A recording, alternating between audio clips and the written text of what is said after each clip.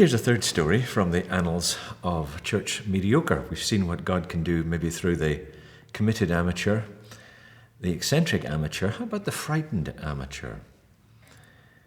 I remember making a visit to North Korea. This was back in the very early days.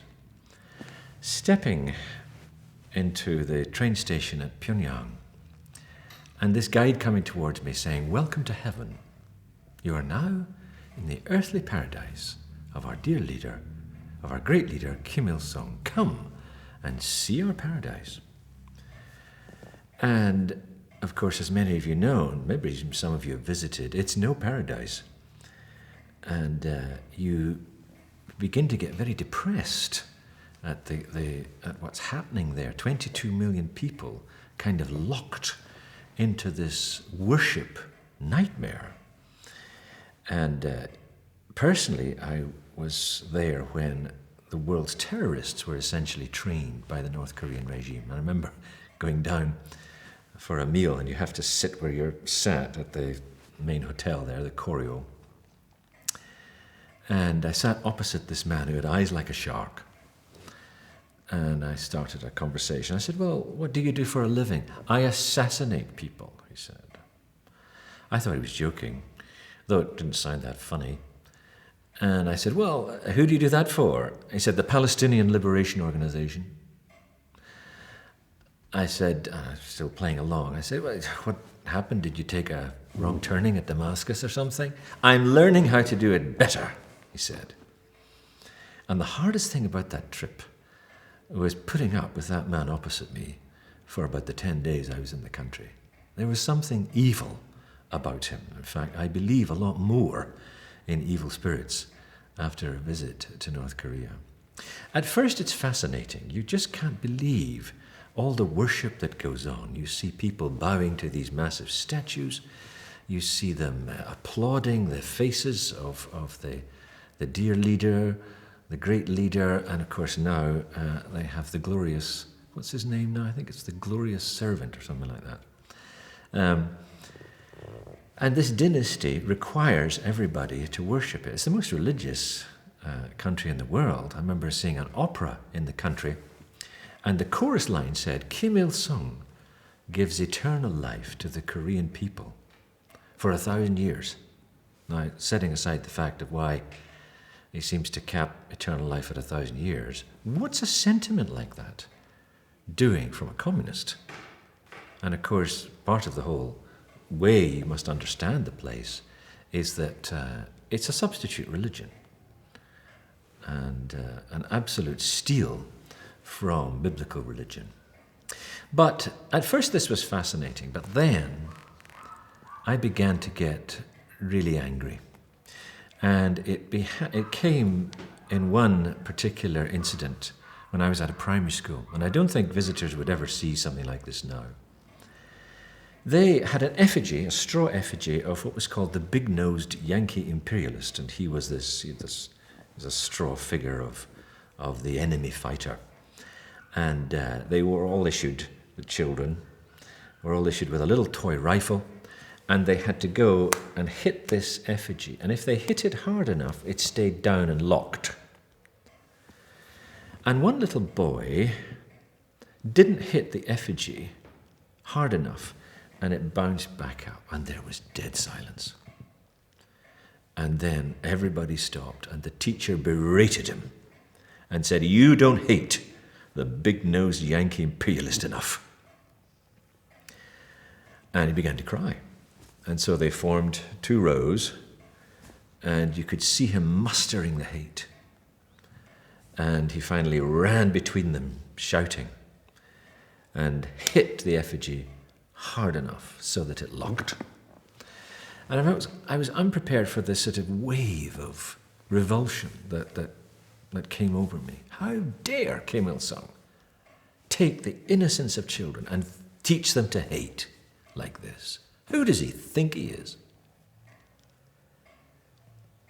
And then suddenly, the more I thought about it, the more I realized that, in a sense, we all lived in North Korea until relatively recently. Even in this country, if you were born 200-300 years ago, Your life was completely dominated by a king or a feudal lord, and you had to obey. You had to worship, or you were in trouble. You didn't have any freedom whatsoever. And for most of us, in most of human history, we've lived in states like North Korea. Pharaohs, you look to the Old Testament, when Pharaoh was in charge and all the kings, Nebuchadnezzar, these men demanded worship. So I remember going to my room and reading a verse that made me run, actually, and retch. It was in the book of Revelation. What other book would you read when you're in North Korea? Revelation 13:7. The beast was allowed to make war on the saints and to kill them. And I suddenly realized, God, why are you allowing this to go on? Why don't you stop it? There are occasions in the Bible where you did. What about the hand coming out and writing, "Meeny, meeny, tekel parson" on the wall? This night you have been weighed in the balances and found wanting. And that's the end of Belshazzar. Why not Kim Il-sung? Or Kim Jong-un today? Where's the hand? Where's the judgment? Why does God put evil on such a long leash? And I find it very difficult to come to terms with this, because you could feel and see the suffering of the people, and it's still going on.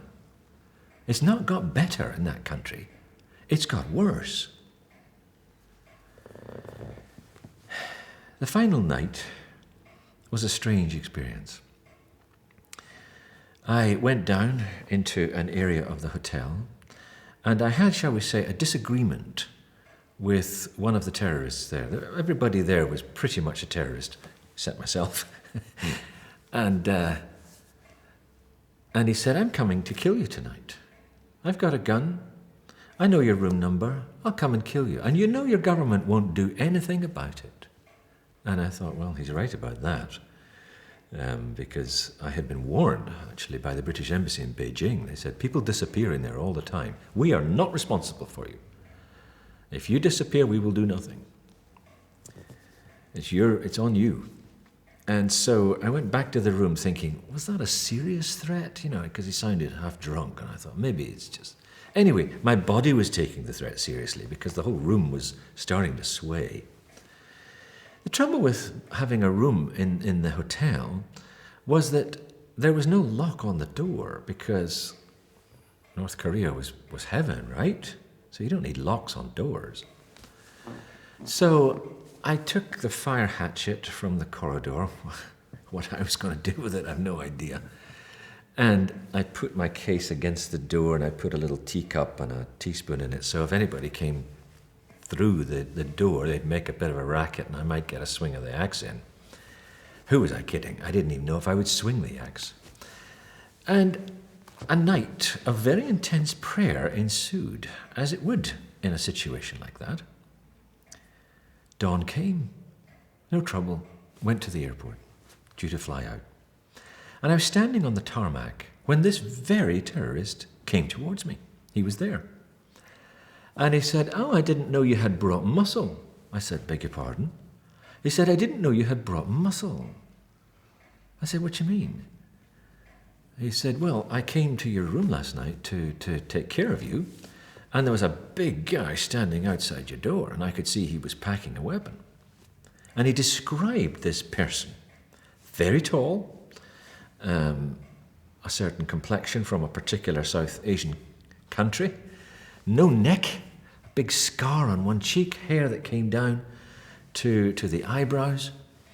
And he said, "Is he around anywhere?" Oh, I said, "Yes, he's very close." And I shot up the stairs. And I'm flying back to Beijing thinking, well, was that an angel? It's a pretty butch angel, but I'll take them in whatever form they come.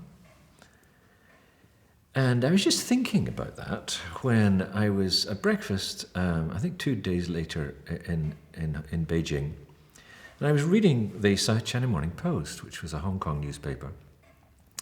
And it was detailing the visit of the head of a South Asian nation to Pyongyang at that time. I knew that leader was in the country. In fact, he was staying at the same hotel. But I'd never seen him. And sure enough, in the picture, and this just really made me, drop my spoon, there was the angel. Behind him was this huge figure. The scar was on the cheek, hairstyle the same, massive, no neck. It was the bodyguard of that leader. So he had stood outside my door, probably in the mistaken belief that he was guarding his master. Now, whether he stood there all night, I have no idea, or whether he was just standing there at the time that the terrorist came, I don't know, I'll take it. And even after a certain prickle of disappointment, I have to say, that came on me because, it's not an angel then. But it's still a miracle. My goodness, what a miracle of deliverance. But the hardest thing was, I got a miracle of deliverance. But 22 million people in Korea are still waiting. They didn't get one. Why me? I'm nobody special. And I didn't go on to do great things with my life. I didn't become a person who advised prime ministers or wrote a best-selling book or founded a billion-dollar company. I'm nothing like that. I don't know why God delivered me like that and why he doesn't deliver 22 million people. I would if I was God. And there's a scar there that lingers from that experience. There was a wonderful saint, Lady Julian of Norwich, and every time she prayed and gave a petition to God, she followed it with these words. She said, I ask this without condition, Lord. Do what I ask and send me the bill. Anything that it costs will be all right with me. Since North Korea and my experience there, I've struggled to say those words. I've really struggled. But this is where we are with Church Mediocre, right? You don't get the answers. You don't necessarily see the fruit. A lot of persecuted leaders will tell you, if you expect fruit from your witness, you are faithless. Fruit is up to God. And very often the fruit that will come from your life will happen after your life. That's God's job. I believe it, I trust it, I rest in it, but it's not easy. And when I was going back, I happened to drop into Shanghai, and I met a lady there who was essentially on her deathbed at the time I met her. She was introduced to me as Sister Agnes. And she had been a woman in a very wealthy family, but she had 5 brothers and one, and she was the only sister, the only daughter, I should say, and she was not allowed an education. And all she did for her whole life was stay in that house and nurse her father, her mother, and her 5 brothers until they died. And she was 80 and she'd hardly been outside the house. And she was a Christian, but she'd lived her life with thwarted hopes. And then just before her final brother died, he said, when I go, dig up the flagstone in the corner of the room. You'll find something there to your advantage. She dug it up, and there was a treasure, which she converted into cash, and she had a small fortune on her hands at 80. But she could feel the tuberculosis had entered her lungs. It wouldn't be long before she would have to go, before she would pass on. So she offered the money to the house churches, and she said, but I want to do something myself. And they said, well, we don't need you. You can't really read very well. You can't hand out tracts. Just give us the money. She gave them, I think, some of the money, but she said, no, I'm going to do something for myself with God. I'm going to travel around China for the rest of my life in luxury. The one thing I've always wanted to do was to travel and see this beautiful country that God has made. because I've never been more than 10 miles outside the radius of my home. So that's what she did. She went all over China at that time, buying tickets in what was called soft sleeper, that's first class. And usually the only people that went soft sleeper were the high-ranking functionaries of the Communist Party. And so they would come in to their carriage and their before berths, and one of them would be occupied by this old lady coughing and talking about Jesus the whole time. And that's all she did for the last 3 years of her life. And I remember saying, "Did you see any fruit?" And she said, No, I never did. And so she died. And years later, I heard of a house church leader that had visited a big compound in Beijing where the leaders were. And he had taken a wrong turning, and he'd happened into a house where he saw a woman reading a Bible. And it was the wife of a very, very high-ranking official, one of the top 3 in the country. And he said, "Oh, I'm a Christian too, I didn't realize." She said, "Yes, I'm a secret one." She said, "My husband was traveling years ago on a train, and he found this old lady in his carriage. And he said, I didn't believe her, but I was very impressed with how earnest she was of wanting me to know about Jesus Christ. And I could see she was dying." He said it made a big impression on him. He didn't become a Christian, but he told me, and I got a Bible, and I became a Christian. And you could correlate, actually, at that time in China, that whenever that person was in charge of a particular province or of an area of the social life, it went easier for the Christians. Look at the influence that Sister Agnes had, actually, lying, essentially, in soft sleeper and traveling around the country on mafia money, essentially. It was ill-gotten gain, actually, that her brother had stashed. So I looked at that and I sit with it. I thank Sister Agnes, because I wouldn't treat North Korea that way. I wouldn't have the generosity of God to give those dictators more time to repent. I wouldn't. But if he gives Agnes and myself time, maybe that's why we have such a beautiful church. And maybe that's why fruit will come from all of us, even though we're not going to live to see it. So these are musings from Church Mediocre. I hope you like the stories. I hope you feel hope from them. They're hard, they're strange, they're different. You won't hear stories like this every weekend when you come to church. But I wanted just to drop a few into you at this strange time of COVID. Someday, perhaps I'll come back and talk about the other churches that we tend to talk much more about, Church Magnificent and Church Triumphant. But God's up to something eternal through us, isn't he? Probably something we're unconscious of, maybe something that's invisible to us. And so let's take our stand as members of Church Mediocre or Church Ordinary. Maybe some of us have had a tough time this year. Maybe some of us have lost people, or some of us have lost confidence, or lost a job, or lost money. It's been a hard year. Maybe some of us have had to give up on a dream. But one anchor point binds us through this time. It's that wonderful verse in Hebrews 13:8. Jesus Christ is the same yesterday, today, and forever. That's the one thing that doesn't change. Now, that was always the case. But the thing about COVID is that we suddenly realize how fast the world does change anyway.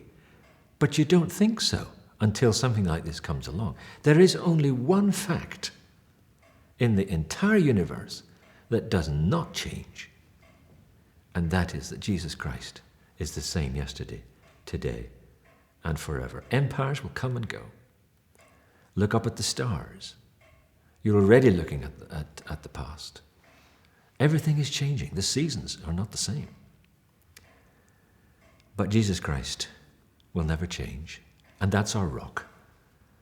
That's the church we belong to. So I hope that that becomes the source of our hope. That person, his love. It's rather personal, and it is rather beautiful, even through a hard time. This world isn't an easy place to live, especially in a pandemic. And so we take our stand with the Jesus that doesn't change. So embrace your place in church mediocre. Don't feel too bad about it. If you say, well, I don't seem to have all this fruit, that's okay. That's okay. Take a hope injection from these stories this morning and quietly put your faith in Jesus, who never, ever changes. Thanks for listening. God bless you.